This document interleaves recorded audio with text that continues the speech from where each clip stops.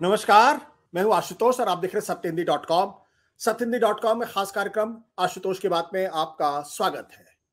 आज हमारे साथ बातचीत करने के लिए हैं देश के बेहद ही जाने माने संविधान विशेषज्ञ और देश के सबसे बड़े वकीलों में से एक, जिनका शुमार होता है और जिनकी संविधान पर टिप्पणी को लोग बहुत गौर से पढ़ते हैं और समझने की कोशिश भी करते हैं। वो न केवल कांग्रेस पार्टी के बहुत ही वरिष्ठ प्रवक्ता हैं, बल्कि साथ साथ वो 3 बार के सांसद भी हैं, साथ ही साथ पार्लियामेंट की स्टैंडिंग कमेटी जो कॉमर्स पे है उसके चेयरमैन भी हैं। हम बातचीत कर रहे हैं अभिषेक मनु सिंघवी की। अभिषेक मनु सिंघवी से हम बात करेंगे। 2-3 मुद्दे हैं जिस पर उनकी राय बहुत जरूरी है। पहला सवाल तो इस बात को लेकर कि राहुल गांधी को जिस तरीके से अदालत ने 2 साल की सजा दी है मानहानि के मुकदमे में, वो कितना जायज है, उसमें किस तरीके की दिक्कतें हैं। दूसरा, जिस तरीके से अभिषेक मनु सिंघवी ने 14 विपक्षी पार्टियों के साथ मिलकर संसद के अंदर एक पिटीशन दायर की है और उस पिटीशन एडमिट भी हो गई सुप्रीम कोर्ट में, जिसमें इस बात को कहा गया है कि जिस तरीके से एनफोर्समेंट एजेंसीज, एनफोर्समेंट डायरेक्टरेट और दूसरी एजेंसीज का इस्तेमाल हो रहा है सरकार के द्वारा, उससे देश का लोकतंत्र खतरे में है।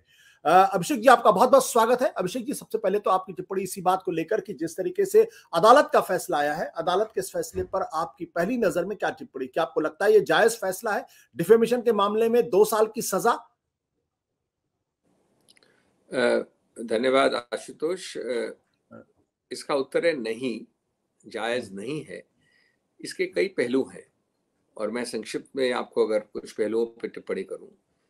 एक, पहली बार ऐसे आरोप से आरोपित व्यक्ति को अगर आप गिल्टी भी मान लें तो जो सबसे ज्यादा पनिशमेंट होता है 2 वर्ष का, वो अमूमन 99.99% नहीं दिया जाता है।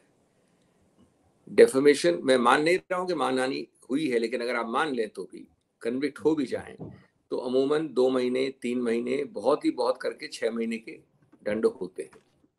ये दंड उस बिंदु पे है जिसकी कगार पर आप डिस्क्वालीफाई होते हैं, 2 वर्ष। और इस प्रावधान में जिसमें मिला है दंड, वो सबसे ज्यादा मैक्सिमम इसका दंड हो सकता है। नंबर 2, ये मामला हुआ था, ये जो वक्तव्य हुआ था, ये कोलार कर्नाटक में हुआ था। इसकी एक याचिका सूरत में, एक बिहार में, एक रांची में दी गई। अभी हम बात कर रहे हैं सूरत वाली की। अब एक प्रावधान बनाया गया है कानून द्वारा, काफी अरसा हो गया उसको, बाध्य है, पार्लियामेंट में सोच समझ के पास किया। उसकी अगर आप डिबेट देखें तो कहा कि हमारा ये उद्देश्य है इस कानून से। उसका नंबर है 202 कि अगर किसी मैजिस्ट्रेट के सामने उसके अधिकार क्षेत्र के बाहर हुई भी वारदात कंप्लेंट के तौर पे लाई जाती है तो वो शुरुआत करने से पहले, शुरुआत में ही ये एक इंक्वायरी करेगा और निर्णय करेगा कि क्या उसका अधिकार क्षेत्र सही रूप से बैठता है कि नहीं। इस केस में रोचक बात यह है कि इसकी कंप्लेंट की गई, इसका याचिका इसकी कही गई, इसकी मांग की गई, लेकिन और वो निर्णय में लिखित भी है कि ये ऐसी मांग की गई राहुल गांधी के एडवोकेट द्वारा, लेकिन ये 202 की इंक्वायरी बिल्कुल ही नहीं की गई, विलुप्त है। और ये एक बहुत बड़ा कानून का उल्लंघन है, जो कि सब चीजें आप देखेंगे बाद में अपील में ली जाएंगी। तीसरा, ये दुर्भाग्य की बात है कि इसमें राजनीति कानून के जरिए लाई गई है और कानून राजनीति से मिश्रित हुआ है। जहां तक याचक का सवाल है, ये कंप्लेंट लगभग अप्रैल 2019 में हुई जी, और 2021 जून में श्री राहुल गांधी सूरत में खुद गए, फिजिकली प्रेजेंट थे, एविडेंस वगैरह रिकॉर्ड हुई या गए, वो पेश हुए। उस वक्त एक अलग जज थे, मैजिस्ट्रेट का नाम था श्री दवे। उसके बाद 2022 में अचानक जब वो लंबित थी तो याचक खुद अपनी कंप्लेंट को स्टे करने के लिए उच्च न्यायालय चला गया गुजरात, और उसने स्टे करवा दी मार्च 7, 2022 के निर्णय द्वारा अपनी खुद की याचिका कंप्लेंट। वो 1 साल से लंबित पड़ी रही, मार्च 2022 से फरवरी 2023 तक।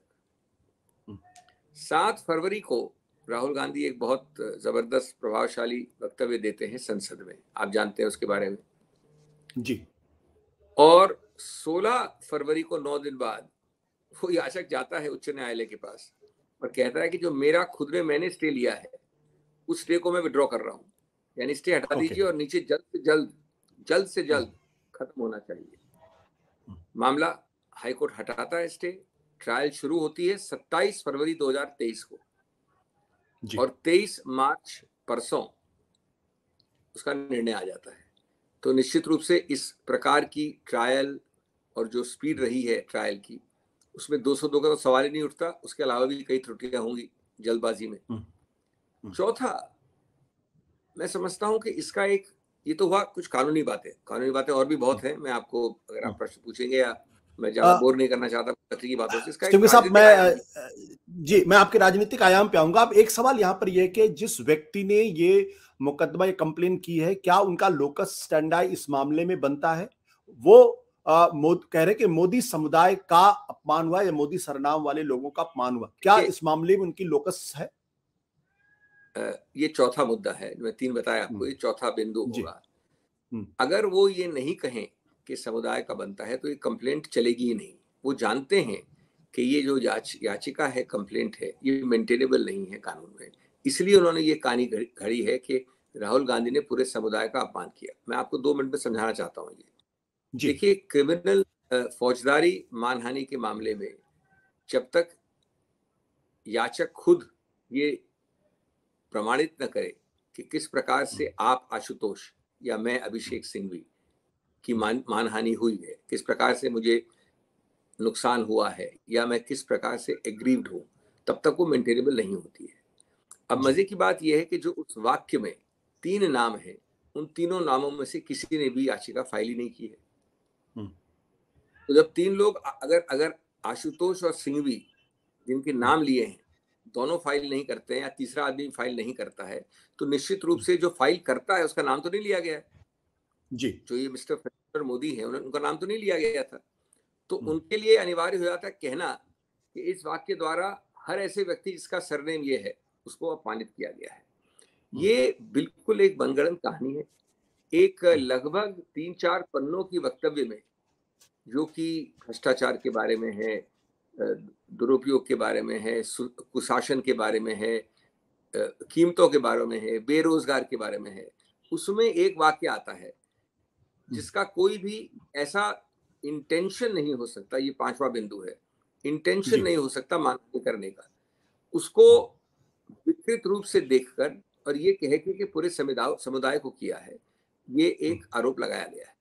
और मैं समझता हूं उन्होंने ये कहा कि ये कैसे हुआ कि कई जो चोर हैं उनका सरनेम इस प्रकार है, ये कहा उन्होंने। ये नहीं कहा कि इस सरनेम वाले सब लोग चोर हैं। आप समझ रहे हैं? बिल्कुल जी। ये नहीं कहा उन्होंने कि अमुक सरनेम वाले जितने व्यक्ति हैं देश में सब चोर हैं, वो तो समुदाय के बारे में कुछ होता। उन्होंने कहा कि ये अजीबोगरीब बात है कि जो कई चोर हैं उनका सरनेम ऐसा है। तो मैं समझता हूँ कि ये सब चीजें, ये 5 बिंदु बताए मैंने आपको कानूनी, इसके अलावा और भी बहुत बिंदु हैं, ये सब लिए जाएंगे। और स्टे ऑफ कन्विक्शन प्राथमिक हमारा उद्देश्य है, स्टे ऑफ कन्विक्शन। इस पूरे मामले में आप कहीं ये तो हिंट नहीं कर रहे हैं कि जो अदालत का फैसला है वो राजनीति से प्रेरित है? क्योंकि आपने कहा कि 7 फरवरी को राहुल गांधी ने संसद के अंदर अडानी के मसले पे भाषण दिया, उसके बाद हाई कोर्ट से वेकेट हुआ, 27 फरवरी को अदालत में मामला शुरू हुआ और 23 मार्च को फैसला आ गया। स्पीड को लेकर आप थोड़े कंसर्न हैं, क्या ये राजनीति से प्रेरित है? इसमें कोई दो राय नहीं है कि याचक का पूरा कॉन्डक्ट, अपने खुद की याचिका का स्टे लेना, बाद में विड्रॉ करना, और याचक का पूरा जो मनगढ़ंत कहानी है, जिस प्रकार से रखी गई है, जिस प्रकार से उसने एक्टिवेट की है बाद में, फरवरी 2023 के बाद में, मेरे को 1 मिनट की भी झिझक नहीं कहने की ये राजनीति से प्रेरित ही नहीं है, ये पूरी तरह से राजनीति है। जहां तक अदालत का सवाल है, मैं समझता हूं, मैं दूसरी चीज कह रहा हूं। जब आप जल्दबाजी में सुनवाई करते हैं तो त्रुटियां आएंगी, और त्रुटियां आई हैं, इसीलिए हर न्यायालय का हक है कि उसको चुनौती दी जाए, उसके ऊपर वाले न्यायालय को, सिवाय उच्चतम न्यायालय को छोड़ के। तो इसमें हमें कोई डरने की बात नहीं कि हम किसी न्यायालय को चुनौती दे रहे हैं, वो हमारा अधिकार क्षेत्र है कानून में। लेकिन हम वो त्रुटियां बता रहे हैं जो इस प्रकार की एक तरफ विड्रॉ करने से और उसके बाद जल्दबाजी करने से, उस निर्णय में त्रुटियां आना स्वाभाविक है, कानूनी त्रुटियां। सिंघवी साहब, एक सवाल जो हमारे बहुत सारे दर्शकों के मन में आएगा कि डिफेमेशन का जो मामला होता है वो इतना, वो चोरी से उसको, या चोरी, भ्रष्टाचार, मर्डर, उससे तो नहीं जोड़ सकते हैं, लेकिन इसमें एक टिप्पणी को लेकर क्या किसी को 2 साल की सजा दी जा सकती है या दी गई है कभी पहले? पहला बिंदु बताया आपको कि खैर भ्रष्टाचार, खून, मारपीट, हत्या, ऐसा तो कोई आरोप का सवाल ही नहीं। लेकिन मैंने आपको पहला बिंदु बताया कि ये मैंने कभी नहीं देखा है। वो तो कभी कुछ भी सकता है, मैं ये नहीं कहता हूँ कि कभी हुआ ही नहीं है, लेकिन जो अनुभव बताता है, जो भी एबीसी भी जानता है कानून की, फौजदारी कानून की, मानहानि के कानून की, आईपीसी की, वो आपको बोलेगा। बल्कि हम ये भी आपको बताने वाले हैं कि प्रोबेशन ऑफ ऑफेंडर्स एक्ट करके एक है, जिसमें कहा गया है कि अगर पहली बार आपसे कोई चूक हुई भी है तो आप मैक्सिमम ज्यादा से ज्यादा दंड कभी देते नहीं है, दे ही नहीं सकते। जजेस को कहा गया है कि नहीं देना चाहिए। ये कहा गया है कि आपको ये देखना चाहिए कि ये प्राथमिक ऑफेंडर है, अगर ऑफेंडर है तो। ऑफेंडर है या नहीं वो तो हाई कोर्ट डिसाइड करेगा, सेशंस कोर्ट डिसाइड करेगा, उच्चतम न्यायालय डिसाइड करेगा। लेकिन अगर है भी तो ये कभी नहीं होता है। लेकिन आप जानते हैं कि अगर 1 साल 11 महीने और 29 दिन की भी सजा होती तो डिस्क्वालीफाई नहीं हो पाते। इस वक्त जुडिशरी के ऊपर गंभीर आरोप लगाए जा रहे हैं और यह कहा जा रहा है जुडिशरी भी दबाव में है, इंस्टीट्यूशंस के ऊपर बहुत गंभीर आरोप लगाए जा रहे हैं। क्या आपको लगता है कि यह भी राजनीति से प्रेरित दबाव में दिया गया फैसला हो सकता है? मैं इस फैसले के बारे में कोई ऐसी गैर जिम्मेवाराना वक्तव्य नहीं दूंगा जब तक मेरे पास कोई तथ्य न आए। लेकिन मैं इस बात से नहीं झिझकूंगा बोलने से कि इस सरकार की एक पहचान, एक रीति रिवाज, एक नीति, एक सोच 2014 के पहले दिन से रही है कि किस प्रकार से हम कंट्रोल फ्रीक सरकार को परफेक्शन की तरफ ले जाएं। कंट्रोल फ्रीक का मतलब क्या होता है आशुतोष? कंट्रोल फ्रीक एक प्रकार से, मैं तो सराहना के रूप से बोल रहा हूँ कि ये सीखने वाली बात है कि इतना कंट्रोल करो, आप डॉसिए राज से कंट्रोल करो, आप डरा धमका के कंट्रोल करो, आप माइक्रो मैनेजमेंट करके कंट्रोल करो। कंट्रोल के अलग अलग विविध ये प्रकार चीजें होती हैं, आप भी जानते हैं।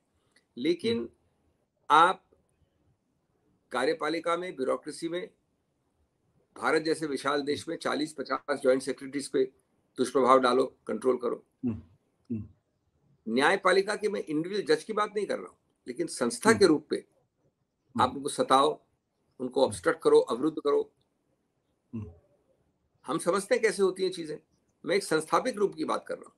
आप अपने प्रतिद्वंदियों को, जो कि दूसरी आपने बिंदु का की बात बाद में करेंगे, डरा धमका के कंट्रोल में करो, तो ये तो इसकी पहचान स्थापित हो गई है। बल्कि मैं तो कहूंगा कि इनको नोबेल प्राइज मिल जाना चाहिए इसके लिए, क्योंकि ये बहुत सफल रहे हैं इसमें, और बहुत इन्होंने इसमें स्फूर्ति नहीं दिखाई है, बहुत टैलेंट दिखाया है। ये एक विश्वविद्यालय शुरू कर सकते हैं ये पीएचडी डिग्री देने के लिए कि कंट्रोल फ्रीक कैसे किया जाता है। बड़ी बड़ी संस्थाओं का आप सोच सकते हैं कि भारत जैसे 125 करोड़ के देश को कितनी आसानी से अमुक लोगों को, संस्थाओं को कंट्रोल करने से आप देश को कंट्रोल कर सकते हैं। बिल्कुल। सिंघवी साहब, अब उसके बाद ये आता है जिस गति के साथ सुप्रीम कोर्ट ने डिस्क्वालीफाई किया है, क्या वो जस्टिफाइड है? क्या वो स्पीड जस्टिफाइड है? हालांकि अगर कानूनी तौर पर अगर आप देखेंगे तो जैसे ही 2 साल की सजा होती है, ऑटोमेटिकली डिस्क्वालिफिकेशन का प्रोसेस शुरू हो जाता है। नहीं, सुप्रीम कोर्ट ने नहीं, आपने गलत कहा। मैं आपको इसको समझाऊं कि इसमें 2 पक्ष है। एक पक्ष है कि ये ऑटोमेटिक होता है और इसलिए इसमें सिर्फ इलेक्शन कमीशन, चुनाव आयोग एक घोषणा करती है, जो कि कल की उन्होंने। ये पक्ष भी है और मैं मानता हूं। लेकिन ये बात, और जो लोग समझ दे रहे हैं प्रेस वाले, मैं आपको बताऊं बात आशुतोष जी, आपके समुदाय में कई ऐसे लोग हैं जिनको मैं समझता हूं जर्नलिस्ट का टैग पहनने में भी शर्म आनी चाहिए। जर्नलिस्ट के ओहदे को एक प्रकार से अपमानित कर रहे हैं। उसके साथ साथ हमारे समुदाय वकीलों में भी कई ऐसे लोग हैं जो बिना जाने एबीसी हर प्रकार के वक्तव्य दे रहे हैं, मजाकिया, सिर्फ निंदा करने के लिए। अब जहां तक आपके प्रश्न का सवाल है, मैंने क्यों कहा, लोग कह रहे हैं कि साहब कानून पता नहीं किसी को, राहुल गांधी कुछ जानते नहीं है, जैसे ही वो दंडित हुए और स्टे नहीं हुआ तो इमीडिएटली होना चाहिए डिस्क्वालिफिकेशन। तो मैं तो मानता हूं इस बात को। मैं तो कल ओपनली कहा कि अगर स्टे नहीं होता तो चुनाव आयोग का अधिकार क्षेत्र में नहीं कर रहा हूं। हम एक दूसरी बात कह रहे हैं जो वो लोग समझने की क्षमता नहीं रखता मुझे कि उनके पास है। हमने 2 अलग बात कही। एक तो हमने कहा कि यद्यपि आपके पास अधिकार है कानूनी और आप कर सकते हैं तुरंत, बल्कि अभी चुनाव मैं लिखूं निर्णय अपना जज की हैसियत से, और अब 1 घंटे बाद भी कर सकते हैं, लेकिन क्या ये सुशासन है? ये प्रश्न उठाया था। क्या ये सही है? हर चीज कानून के अनुसार आपके पास अधिकार अगर है तो उस अधिकार का प्रयोग कैसे करते हैं, वो होती है बात सुशासन की। क्या जी। आप दूसरे व्यक्ति को, आपके पास एक 200 पन्ने का, ये 170 पन्ने का निर्णय है, उसका अनुवाद ही में इतना टाइम लग जाता है, क्या उसको समझने में, लॉयर्स को ब्रीफ करने में, फिर ड्राफ्ट करके पेपर बुक फाइल करने में 3-4 दिन लगते हैं? तो चुनाव आयोग जी। अगर 4 दिन बाद करती घोषणा, तो क्या वो सुशासन था या कुशासन था? मैं हम्म, ये प्रश्न पूछ रहा हूँ। लोग कह रहे हैं नहीं साहब उनको कानून नहीं आता, वो कह रहे हैं कि तुरंत हो जाना चाहिए। अरे भाई तुरंत तो हो जाए, मैं मान रहा हूँ। दूसरा इसका एक कानूनी पक्ष है जो सूक्ष्म देख लेंगे, थोड़ा तकनीकी है लेकिन समझना जरूरी है आप लोगों को। वो कानूनी पक्ष ये है कि तुरंत नहीं होना चाहिए, बल्कि अनुच्छेद 103 के अंतर्गत ये सिर्फ राष्ट्रपति कर सकता है चुनाव आयोग के सुझाव के बाद। अब ये ओके। है एक विवादित पक्ष है, मैं नहीं कह रहा हूं कि सही है। चुनाव आयोग ने कई सालों से ये स्टैंड दिया हुआ है कि जब कोर्ट करती है आपको डिस्क्वालीफाई, तो इमीडिएट ऑटोमेटिक होता है, न राष्ट्रपति को रेफर करना होता है, न हमें सुझाव देना होता है, क्योंकि कोर्ट ने किया है। जी।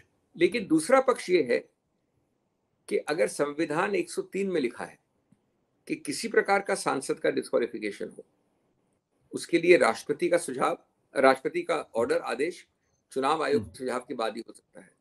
तो ये मान भी लें कि कोर्ट ऑर्डर्ड में कोई भी ऐसा विवादित पक्ष नहीं जिसके लिए राष्ट्रपति के पास जाए, लेकिन जब तक आप संविधान की लकीर को, उसके टेक्स्ट को 103 में नहीं बदलेंगे, तो ऊंचा क्या है ज्यादा, 103 या चुनाव आयोग की प्रैक्टिस? मैं मानता हूं कि चुनाव आयोग की प्रैक्टिस है कि बिना राष्ट्रपति को रेफर किए ये ऑटोमेटिक होता है, लेकिन इसका मतलब नहीं कि वो सही है, क्योंकि जो संविधान का टेक्स्ट उठा के देख लीजिए आप 103 में ये है। तो ये तीनों पक्ष है, लेकिन मैंने जो कल मुद्दा उठाया वो दूसरा मुद्दा था कि भाई क्या ये सुशासन है, क्या ये समझ है, क्या ये सूझबूझ है, क्या ये परिपक्वता है कि एक व्यक्ति अपने वकीलों से करके कंसल्ट फाइल कर रहा है, आप 4 दिन वेट कर लोगे, उनको कोई फर्क नहीं पड़ता। देखिए राजनीतिक रूप से आपने उनको बोलने नहीं दिया पूरे संसद में, सत्र में, आप उनको बाहर बोलने से रोकते हैं, अंदर बोलने से रोकते हैं, एक्सपंज करते हैं, प्रिविलेजेस कमेटी को भेजते हैं। तो अगर वो नहीं बोलेंगे 2 दिन, और फाइनेंस बिल भी आपने गिलोटीन कर दिया दोनों हाउसेस में, और हमें संदेह है कि सोमवार मंगलवार को संसद का सत्र भी खत्म करेंगे, तो नहीं बोलने का कोई इतना बड़ा औचित्य नहीं है कि वो पागल हो रहे हैं बोलने के लिए। लेकिन मैं आपको बात कर रहा हूँ एक एक एक गुड गवर्नेंस सुशासन की। आपने गुड गवर्नेंस सुशासन की बात की। क्या ये जो लॉ ऑफ डिफेमेशन है, ये फ्रीडम ऑफ एक्सप्रेशन के में एक बहुत बड़ा व्यवधान है? बहुत सारे ऐसे देश हैं जहां डिफेमेशन के मामले में क्रिमिनल, उसको डिक्रिमिनलाइज कर दिया गया या क्रिमिनल उससे अलग कर दिया गया। देखिए क्या इसके दो आज के भारत में जबकि फ्री स्पीच एब्सोल्यूटिज्म की बात की जा रही है, ऐसे में इस कानून को पूरी तरीके से संविधान के दायरे से बाहर कर देना चाहिए? इसके दो पहलू हैं, एक है जी। जो होना चाहिए, एक है जो है।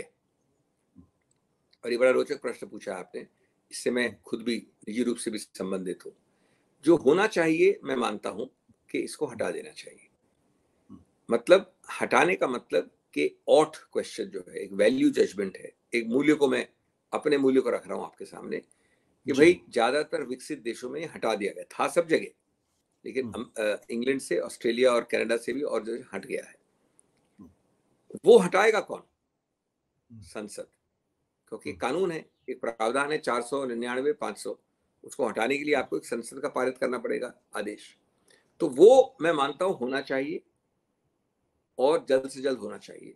होगा कि नहीं मैं नहीं कह सकता, क्योंकि अभी तो इस सरकार को तो मजे आ रहे हैं, उनको तो चाहते हैं वो रखना, लेकिन कल कभी किसी और के विरुद्ध भी इस्तेमाल हो सकता है। अब आया आपका दूसरा प्रश्न, जो कि पहले हो चुका है। बिना संसद और विधायिका के ऐसा कानून बनाए जिससे कि 499 और 500 को हटा दिया जाए, क्या आज इस दो प्रावधानों को आप असंवैधानिक कह सकते हैं? ये प्रश्न सुब्रमण्यम स्वामी बनाम गवर्नमेंट ऑफ इंडिया के केस में शुरू हुई थी बात कई साल पहले, चीफ जस्टिस दीपक मिश्रा में।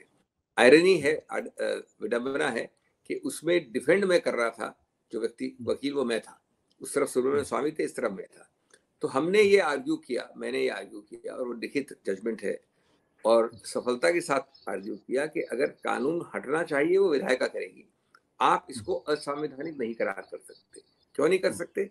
क्योंकि डेफमेशन 19(2), आप जानते हैं 19(1) अ में स्पष्ट, स्वतंत्र, निर्भीक बोलने की आपके मानवाधिकार है, लेकिन उसके ऊपर अगर कोई भी रिस्ट्रिक्शन चाहिए तो 19(2) में है।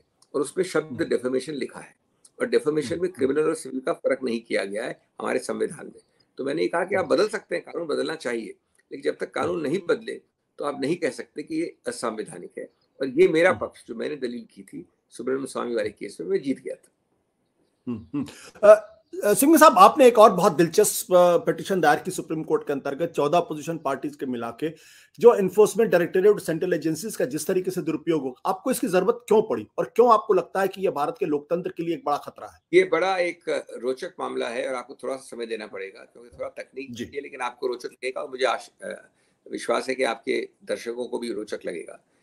मेरे को गर्व है कि मैंने एक प्रकार से 14 पार्टीज का कानूनी कोalition प्रदर्शन किया है। यद्यपि वो अभी तक राजनीतिक कोalition में नहीं बदला है, लेकिन इसी प्रकार के सहयोग और इनिशिएटिव्स द्वारा वो जल्द ही राजनीतिक गठबंधन भी बन सकता है, बनना चाहिए। इसका मर्म क्या है, इसका कॉन्सेप्ट क्या है, ये मैंने अपने जो स्पीच थी, वक्तव्य था रायपुर में, वहां मैंने इसका प्रादुर्भाव किया था। उस स्पीच का पहला भाग यही था। अब उसके बाद मैंने इसको कानूनी जामा पहनाया। इसके 5-6 तत्व हैं, मैं बहुत संक्षिप्त में आपको बता दूं। एक, जी प्लीज, कि आज ये 14 पार्टी लगभग 41-42-43% वोट इस देश का रिप्रेजेंट करते हैं, चाहे प्रादेशिक स्तर पे, चाहे 2014 का लोकसभा का आंकड़ा ले लीजिए या 2019 का ले लीजिए। 41 से 43%, करीब करीब 7% लेस है, आधे के मार्क से। नंबर 2, और कई प्रादेशिक स्तरों पे वो सत्तारूढ़ हैं। 2, सरकारी प्रकाशित आंकड़े हैं, हमारे नहीं, आपके नहीं, किसी के आरोपित नहीं, कि 3 या 4 बड़े रोचक आंकड़े हैं कि ईडी के जो केसेस 2014 के पहले दर्ज किए जाते थे और 2014 के बाद किए गए हैं, वो 100 गुना होता है 100 टाइम्स बढ़ गया है संख्या 14 के पहले और 14 के बाद प्रकाशित पर। नंबर 2, और सबसे महत्वपूर्ण, उसमें अगर आप पॉलिटिकल केसेस लें, समझ लीजिए 100 पॉलिटिकल केसेस हैं, तो 95 उनमें से विपक्ष के बारे में है। ये ईडी का आंकड़ा है। नंबर 3, सीबीआई का भी आंकड़ा बिल्कुल वही है कि सीबीआई अगर 100 राजनीतिक लीडर्स के विरुद्ध करती है तो 95 विपक्ष के विरुद्ध है। चौथा आंकड़ा वो भी प्रकाशित है कि इसमें कन्विक्शन रेट 3-4-5% के आसपास है सब में। अगर आप इन सबको जोड़ें, तो मैंने दलील की है उच्चतम न्यायालय में। अभी देखिए, अभी एडमिट नहीं हुआ है, कुछ रिलीफ नहीं मिली, अभी सिर्फ मेंशनिंग के स्टेज पे लिस्ट हुआ है 5 तारीख को। मेरी दलील क्या थी? मेरी दलील थी कि गणतंत्र, लोकतंत्र 40 साल पहले आपने होल्ड कर लिया है उच्चतम न्यायालय ने कि वो मूल ढांचे का अभिन्न अंग है। मूल ढांचा क्या होता है आशुतोष? अगर आप संविधान संशोधन भी पारित करें तो वो संविधान संशोधन असंवैधानिक होता है अगर वो मूल ढांचे के विरुद्ध हो। तो गणतंत्र और लोकतंत्र को आपने मूल ढांचा माना। गणतंत्र और लोकतंत्र को आप बराबरी की समतल जमीन नहीं बना रहे हैं अगर आप 95% विपक्ष के विरुद्ध ऐसे केसेस करेंगे जो जिंदगी भर वो उसी को लड़ने में निकाल देते हैं, उससे हैरस होते हैं, उससे भयभीत होते हैं। तो इससे आप सीधा प्रहार कर रहे हैं गणतंत्र लोकतंत्र को। अगर आप सीधा उस पर प्रहार कर रहे हैं और लेवल प्लेइंग फील्ड जो होनी चाहिए गणतंत्र नहीं हो रही है, तो उससे मूल ढांचा यानी बेसिक स्ट्रक्चर पे आप आघात कर रहे हैं। अगर बेसिक स्ट्रक्चर पर आघात कर रहे हैं तो ये संवैधानिक है। ये इसका ढांचा है इस केस का। अब वो 5 को तो शुरू होगा, 5 में पहले नोटिस होगा, नोटिस हुआ तो उसके बाद फिर जवाब आएगा, फिर सुनवाई होगी। लेकिन सबसे महत्वपूर्ण है कि इसमें उच्चतम न्यायालय का नोटिस होना आवश्यक है, हमारा मानना है, क्योंकि ये देश में चलित। मैंने एक और बड़ी बात कही उसमें, मैंने कहा इस केस का कोई प्रकार नहीं, पेंडिंग केस है। आज 100, 200, 400 केस पेंडिंग हो सकते हैं राजनीतिक लीडरों के, हमको उससे कोई मतलब नहीं है, वो चले न चले, एक्विट हो ना हो। ये केस आगे के लिए है कि इस ढांचे पे 2 पहलू, एक कि आप प्री अरेस्ट गाइडलाइंस लिखिए, अरेस्ट करने के पहले कुछ गाइडलाइंस बनाइए। आपको नोटिस देना पड़ेगा जब तक आपको ये नहीं लगेगा कि आशुतोष भगोड़ा है, आशुतोष साक्षियों से इंटरफेयर करने वाला है, उसकी रूट्स नहीं है, वो पेश नहीं होगा, तब तक आपको अरेस्ट नहीं करना चाहिए, जब तक कि ये 3-4 कंडीशन को हम ट्रिपल टेस्ट कहते हैं। दूसरा हमने मांगी है गाइडलाइंस कि अगर अरेस्ट हो गए तो बेल किन गाइडलाइन से मिलनी चाहिए। तो ये इसका स्वरूप है। बट सिंघवी साहब, इस पूरे मसले पे आपने कहा गाइडलाइंस देनी चाहिए, बट हमने आरनेस कुमार वर्सेस बिहार के मामले में देखा है कि सुप्रीम कोर्ट की गाइडलाइंस बिल्कुल स्पष्ट है, अरेस्ट करने के मामले में भी और बेल देने के मामले में भी। लेकिन उसके बावजूद भी रैंडमली जिस तरीके से अरेस्ट हो रही, लगभग हर छोटे से मामले, आपने एक छोटा सा ट्वीट कर दिया, उस पर आप गिरफ्तार हो जाते हैं। 7 साल से कम की सजा है, उसके बावजूद भी आपको अरेस्ट कर लिया जाता है। इन राइटिंग आईओ को और मजिस्ट्रेट को बताना होता है कि भाई हम किन कारणों से इनको गिरफ्तार कर रहे हैं और किन कारणों से इनको बेल नहीं दे रहे हैं। तो सुप्रीम कोर्ट, और उसके बावजूद सुप्रीम कोर्ट ने बाद में भी इस गाइडलाइन को और डिफाइन किया है, फिर भी उसका वायलेशन हो रहा है। देखिए आशुतोष, इसमें कोई संदेह नहीं है कि ये मैं अमायकस था डीके बसु में 40 साल पहले और अभी खत्म हुआ, उसमें हमने कस्टोडियल डेथ और टॉर्चर के ऊपर दस्तावेज इतना अच्छा बनाया, इतनी गाइडलाइंस है, इसमें कोई संदेह नहीं है कि गाइडलाइंस का उल्लंघन होता है। और यही चीज़ हुई है कस्टोडियल डेथ टॉर्चर में, यही चीज़ होती है अरेस्ट में। लेकिन 2-3 चीज़ें बहुत महत्वपूर्ण है। एक, जितना उच्चतम न्यायालय गाइडलाइन बनाती है उतना आसान नहीं रह जाता उल्लंघन करना, उतना ज़्यादा ये रेगुलेट हो जाता है। और हमारे पास परफेक्ट वर्ल्ड नहीं है, लेकिन जो आप पहले कर सकते थे उससे कहीं बेहतर हो जाता है अब स्थिति। नंबर 2, उनके आधार पर आप कंटेम्प्ट फाइल करो, आप एक्शन फाइल करो, आप कचहरी जाओ, उससे आपके हाथ पहले से बहुत मजबूत होते हैं। नंबर 3, अर्नेश वगैरह कुछ संकीर्ण है, वो हैं नोटिस दीजिए 41 का, अरेस्ट करिए। हम उससे कहीं आगे मांग रहे हैं गाइडलाइंस। हम कह रहे हैं कि जब तक एक आसान सिद्धांत है, जब तक 3 ट्रिपल टेस्ट जो है, जो 3 अंग हैं, वो नहीं होते संतुष्ट, तब तक आप अरेस्ट नहीं करिए। और जाहिर है कि कितना भी जघन्य अपराध हो, अगर आपको ये आश्वासन है, और ये आश्वासन कोर्ट ही करता है कि आप भगोड़े नहीं होंगे। आजकल भगोड़े का सवाल नहीं उठता, आप उसमें 50 चीजें कर सकते हैं, आप उसकी पासपोर्ट ले लेते हैं, आप बल्कि GPS मॉनिटरिंग कर सकते हैं, कितनी चीजें होती हैं। दूसरा, आप जब बुलाए जाएंगे, हर शनिवार को आपको पहुंचना है पुलिस स्टेशन, पहुंच जाएंगे आप। तीसरा, आप किसी साक्ष्य को दूर दराज भी इंटरफेयर नहीं करेंगे, अप्रोच नहीं करेंगे, डॉक्यूमेंट्स को डिस्ट्रॉय नहीं करेंगे। अगर आप ये संतुष्ट हैं तो बताइए क्या कारण हो सकता है अरेस्ट का? ये आज हमारे कानून में नहीं है, ये गाइडलाइन नहीं है। ये बट सिंघवी साहब, यहाँ पे सिंघवी साहब, हर केस में कहा जाता है कि अपराध बहुत गंभीर है, जघन्य है, इसलिए आप अरेस्ट करना जरूरी है। अपराध जघन्य और गंभीर अपने आप में गलत टेस्ट इसलिए है क्योंकि अपराध के वक्त आपको इनोसेंट मानना, निर्दोष मानना अनिवार्य है कानून में। आप अभी तक अपराधी प्रमाणित नहीं हुए, दोषी प्रमाणित नहीं हुए, तो ये कहना कि बहुत जघन्य है, बहुत गंभीर है, ये एक प्रकार से आपको दोषी मानता है पहले से। इसमें एक सवाल इस बात को लेकर ये है कि एक तो ये जो पूरा का पूरा सिस्टम है, इसमें उन अधिकारियों की लिप्तता पाई जाती है जो राजनीतिक रूप से प्रभावित होकर इस तरीके के फैसले करते हैं।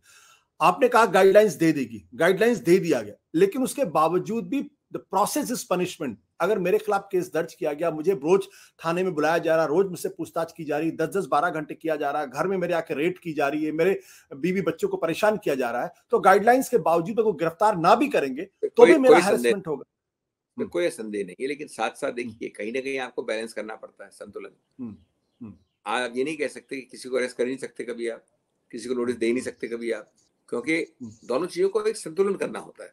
तो हम इसमें ये कर रहे हैं कि जो ज्यादा इनके जो एक्सट्रीम उल्लंघन वाले डिस्टॉर्शंस हैं, विकृतियां हैं, उनको कम से कम न्यूनतम करें। हम ये नहीं करें मिट जाएंगी वो, फिर भी दंड होगा, फिर भी प्रोसेस होगा, फिर भी दुरुपयोग होगा।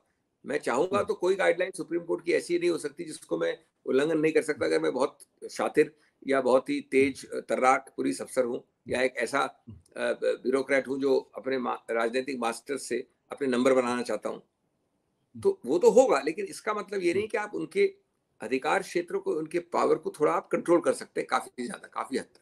क्या ऐसे अधिकारियों के नहीं, रायपुर में क्या ऐसे अभी नहीं, जी आशुतोष, रायपुर में कही थी, काफी समय हो गया। मैंने कहा था कि राजनीतिक घोषणा, और कई पार्टी ने की है, करनी चाहिए सामूहिक रूप से इन 14 पार्टीज को, कि कानून द्वारा, कानूनी तौर तरीके से अगर कभी भी कहीं भी ये सत्ता में आए तो आयोग बिठाया जाएगा ऐसे अधिकारियों के विषय में जिन्होंने जानबूझकर, अगर आपने, जैसा आडवाणी जी ने कहा था कि मैंने आपको झुकने में कहा, झुकने को इमरजेंसी द्वारा, और आप क्रॉल करने लगे, आप रेंगने लगे, तो ऐसे लोग जो हैं उनके विरुद्ध प्रॉपर कानून के, किसी को कोई धमकी नहीं, किसी को कोई वो नहीं, कानूनी तौर से एक्शन लेना चाहिए, लिया जाएगा। आयोग पहले बैठेगा, उसके बाद जाके क्रिमिनल या सिविल कोर्ट एक्शन लिया जाएगा। अब सिंह साहब एक आखिरी सवाल आपसे। अब मान लीजिए राहुल गांधी को अगर रिलीफ नहीं मिलती है 1 महीने के बाद, और अगर उनको जेल जाना पड़ता है, तो फिर कांग्रेस पार्टी क्या करेगी? क्या कांग्रेस पार्टी, बहुत सारे लोग कह रहे हैं कांग्रेस पार्टी बिखर भी सकती है। ये हाइपोथेटिकल क्वेश्चंस है। आज की हालत ये है आशुतोष के, जहां तक जेल का सवाल है, जिस मैजिस्ट्रेट ने कन्विक्ट किया आपको, उसी ने 30 दिन का सेंटेंस सस्पेंड कर दिया है। तो मैं नहीं समझता कि ऐसी कोई जरूरत होनी चाहिए। और ये बता दूं मैं साथ साथ आपको, कभी ऐसी नौबत आती है तो राहुल गांधी ऐसे व्यक्ति हैं जिनको कई बार जेल जाने से रोकना पड़ता है। वो कहते हैं कि मुझे कोई आपत्ति नहीं है। इसलिए ये इससे कोई भयभीत होना या डरना, इसका राजनीतिक पहलू समझिए आप।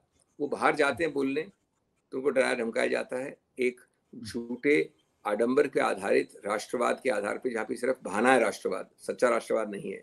आपको कहते हैं कि साहब आप राष्ट्र विरोधी हैं, आप वापस आते हो तो कहते हैं कि साहब जो आपने वहां कही थी स्पीच, उसके लिए पहले माफी मांगो, तब हम संसद में अलाउ करेंगे आपको बोलना। कभी सुना आपने? जब संसद में बोलते हैं उस दिन, वो जिस दिन राष्ट्रपति प्रधानमंत्री बोले थे, तो कहते हैं साहब हम प्रिविलेजेस कमेटी में भेजते हैं या 1/4 आपकी स्पीच एक्सपंज कर देते हैं। जब वो वापस बाहर आते हैं तो एक अजीबोगरीब चीज जो 75 वर्ष में मैंने नहीं देखी, 1-2 बार हुई होगी, सत्तारूढ़ पार्टी कहती है कि हम अवरुद्ध करेंगे दोनों हाउसेस को। सत्तारूढ़ पार्टी ने कहा बार बार कि पहले आशुतोष माफी मांगो, तब आशुतोष को अलाउ करेंगे। तो ये तो मैंने कभी सुना नहीं। हाँ, तो इसलिए जब ऐसी चीजें हो रही हैं तो आखिर राहुल गांधी इन के लिए तैयार है। और आपने देखा है कि वो बल्कि एक कीमत पे कर ही रहे हैं और करने को तैयार है। और कहा है उन्होंने कि मैं कीमत अदा करने को तैयार हूं, क्योंकि मैं जो सही और सीधी बात है, उन्होंने आपको सीधा अटैक किया है सरकार को, कभी डिमोनेटाइजेशन पे, कभी पूंजीपतियों पे, कभी इस पे जीएसटी पे, कभी चाइना को क्लीन चिट देने पे, लेकिन निर्दयता से किया है, खुले रूप से किया है, निर्दयता किया है और अपनी बात को रखा है और उससे पीछे नहीं हटेंगे। मेरा आखिरी सवाल, और ये सवाल मेरा कांग्रेस पार्टी के प्रवक्ता से नहीं, ये सवाल मेरा एक ऐसे शख्स से है जो इंटरनेशनली रिकॉग्नाइज्ड कॉन्स्टिट्यूशनलिस्ट है और देश के सबसे बड़े संविधान विशेषज्ञों में से एक कह सकते हैं, सबसे निसंदेह सबसे बड़े संविधान विशेषज्ञ से मेरा सवाल है, क्या हिंदुस्तान का जो डेमोक्रेसी है या कॉन्स्टिट्यूशनल जो फ्रेमवर्क है, क्या उसमें आप उसमें बदलाव देख रहे हैं? उसके नेचर में आप बदलाव देख रहे हैं, उसके स्वरूप में बदलाव देख रहे हैं इस वक्त आप? और अगर है तो क्यों? आप और मेरा रिस्क है पूरा के राष्ट्र विरोधी करार कर दिए जाएंगे अगर मैं उत्तर दूंगा तो, लेकिन उसके बावजूद में कोई झिझक नहीं है उत्तर देने में। आप मुझे राष्ट्र विरोधी कहो, आप मुझे फेक नेशनलिज्म पे अटैक करो, मेरा उत्तर बड़ा सरल है। आपने आज नंबर 1 एक भय का ऐसा वातावरण बनाया है, और नंबर 2 आपने कंट्रोल फ्रीक, जो मैंने आपको कई आयाम पहले दी, वो ऐसा बनाया है। इनके कॉम्बिनेशन द्वारा आपने निश्चित रूप से जो असहिष्णुता की एक परम सीमा पे पहुंच गए आप, वो गणतंत्र के लिए खराब नहीं, मैं समझता हूं अगर कुछ और चला, लंबा चला, तो गणतंत्र को खत्म रखने का क्षमता रखता है। और ये चीज राष्ट्र के हित की बात कर रहा हूं मैं राष्ट्र विरोधी बात नहीं कर रहा। ये बात कि भाई आज हमारे यहाँ पार्लियामेंट है, एक न्यायपालिका है, सब लोग जो मर्जी बोल सकते हैं, आपका चैनल चल रहा है, इसलिए इस देश में गणतंत्र की कमी नहीं हुई है, ये तो एक बचकाने वाली बात हुई। आपका चैनल बिल्कुल चल रहा है, लेकिन आपको स्वतंत्र बोलने के लिए कितने तकलीफें उठानी पड़ती है आप भी जानते हैं, मैं भी जानता हूँ। मैं आपकी बात नहीं कर रहा हूँ, मैं बता रहा हूँ आपको। जी आज कितने ऐसे एम्प्लॉयर्स हैं जो स्वतंत्र निर्भीक बात करने के लिए साथ साथ आपको एम्प्लॉय करने को तैयार है। तो ये बात तो बदली है ना। साथ साथ आपने बहुत उन्नति भी की होगी, आपने बहुत रॉकेट साइंस भी की, आत्मनिर्भर भारत भी बनाया होगा, आपने हमारी जीडीपी भी बढ़ा रहे हैं, आप इंफ्रास्ट्रक्चर में बुलेट ट्रेन कर रहे हैं, वो सब सही है, मैं तो इसका निंदा नहीं कर रहा हूँ। मैं चाहता हूँ, मैं खुश हूँ, मैं गर्व महसूस करता हूँ, लेकिन उसकी कीमत ये नहीं हो सकती कि साथ साथ अपना एजेंडा भी थोपेंगे। बिल्कुल। सिमगे साहब बहुत बहुत शुक्रिया हमसे बातचीत करने के लिए, आपने हमारे लिए इतना वक्त निकाला, बहुत बहुत शुक्रिया। Thank you sir. सत्य हिंदी का ऐप डाउनलोड करें गूगल प्ले स्टोर पर।